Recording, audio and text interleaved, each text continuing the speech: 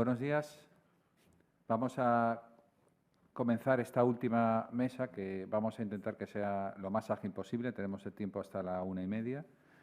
Quiero daros las gracias a todos los que estáis participando digitalmente en esta conversación, o incluso la que los veis participáis en diferido, porque este esfuerzo que estamos realizando no es sino una contribución a un debate nuevo que se ha abierto y que era fundamental, y es que tras el combate primero médico, farmacológico, social contra el coronavirus, queda ahora también analizar cómo se aplica la justicia a los resultados catastróficos que ha tenido para la economía y para muchas personas y empresas. Y en ese debate hoy vamos a tener, en esta parte final, una representación de algunos sectores empresariales que han sufrido este daño en primera línea.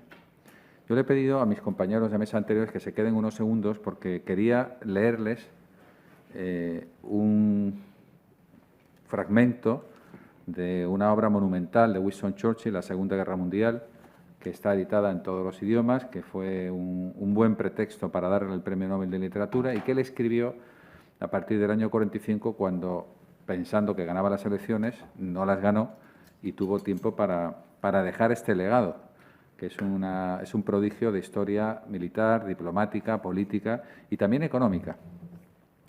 Y en este capítulo, que es el de la batalla de Inglaterra, donde está este fragmento, él relata, después del fracaso de la Operación León Marino, donde los alemanes no consiguen organizar y ejecutar la invasión de las Islas Británicas, comienza esa batalla por el dominio aéreo. Y cuando comienzan a arreciar los bombardeos alemanes del ejército nazi, en este caso de la Luftwaffe, Churchill describe lo que pasa en la ciudad y cuenta no solamente lo que observa, sino lo que vive en primera persona. Y dice así este fragmento, que lo considero muy interesante. En una ocasión fui a Ramsgate. En ese momento se produjo un ataque aéreo y me llevaron al gran túnel donde vivían una gran cantidad de personas de forma permanente. Cuando salimos al cabo de un cuarto de hora, contemplamos los destrozos humeantes todavía. La bomba había caído sobre un pequeño hotel que no había habido heridos, pero el lugar quedó reducido a un montón de vajilla, utensilios y muebles desvanecidos, destrozados. El propietario, su esposa y los cocineros y camareros lloraban. ¿Qué había pasado con su casa? ¿De qué vivirían entonces? He aquí un privilegio del poder. De inmediato tomé una resolución. En el tren de regreso dicté una carta dirigida al ministro de Hacienda, Kingsley Wood, estableciendo el principio de que todos los daños ocasionados por el fuego enemigo debían de ir a cargo del Estado y que había que indemnizarlos enseguida y por completo. De este modo, la carga no caería solo sobre aquellos que habían perdido su hogar o su lugar de trabajo, sino que se repartiría sobre toda la nación. Naturalmente, Kingsley Wood se preocupó un poco por el carácter indefinido de esta obligación, pero yo insistí mucho y al cabo de 15 días se había creado un plan de seguros que después desempeñó su papel fundamental en nuestros asuntos. En el Ministerio de Hacienda, este plan de seguros despertó emociones diversas. Al principio les pareció que sería su ruina, pero cuando a partir de mayo de 1941 se interrumpieron los ataques aéreos durante más de 3 años y comenzaron a ganar mucho dinero, el plan les pareció prudente y propio de un estadista. Sin embargo, al avanzar la guerra, cuando comenzaron las bombas volantes y los cohetes, las cuentas se invirtieron y poco después hubo que pagar 890 millones, de lo que me alegré mucho. ¿Por qué traigo este texto? Porque me parece una reflexión nuevamente interesante. El coronavirus no ha sido una guerra, pero probablemente lo que más se puede parecer a una guerra. Y en algunas circunstancias hemos tenido consecuencias parecidas. Cuando un legislador al que debemos rendir tributo, justo después de la transición, todavía los legisladores de la transición, trabajó y promulgó una ley orgánica para regular ni más ni menos que los estados de excepción y del alarma de sitio, que son siempre momentos donde se cimbrea el ordenamiento constitucional, donde se pone en riesgo y donde de hecho se limitan incluso los derechos fundamentales, que es el núcleo principal de la Constitución.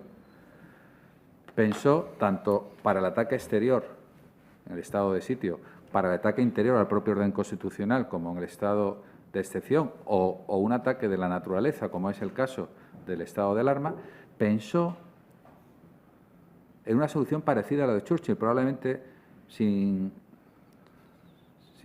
estudiar ese antecedente, diciendo, en su artículo 3.2, que si se producía una situación de emergencia de esta naturaleza, los daños causados deberán ser indemnizados.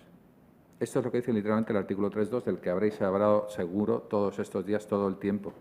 Y la pregunta es, ¿quedará vacío de contenido ese artículo al fin y al cabo? Luego iremos unos minutos, además de estos representantes institucionales, a dos casos muy particulares, que son el de Begoña y el de Juanjo, ¿no? Y yo quiero recordar la primera conversación con Begoña, que era la señora del hotel. Joder, tenía una ilusión enorme en su proyecto, había abierto un restaurante, tenía una inversión, y ella vino también destrozada y llorando, diciendo, es que están rotas las vajillas. ¿Y ahora qué hacemos? Con el caso de Juan, con el caso de Begoña, con el caso de todas estas personas que han sufrido un daño directo por la necesidad de proteger al conjunto de la sociedad. ¿De eso vamos a hablar? Yo sí que creo que cuando pasen los años veremos que efectivamente el artículo 3.2 no es un texto que va a quedar vacío de contenido. No lo creo.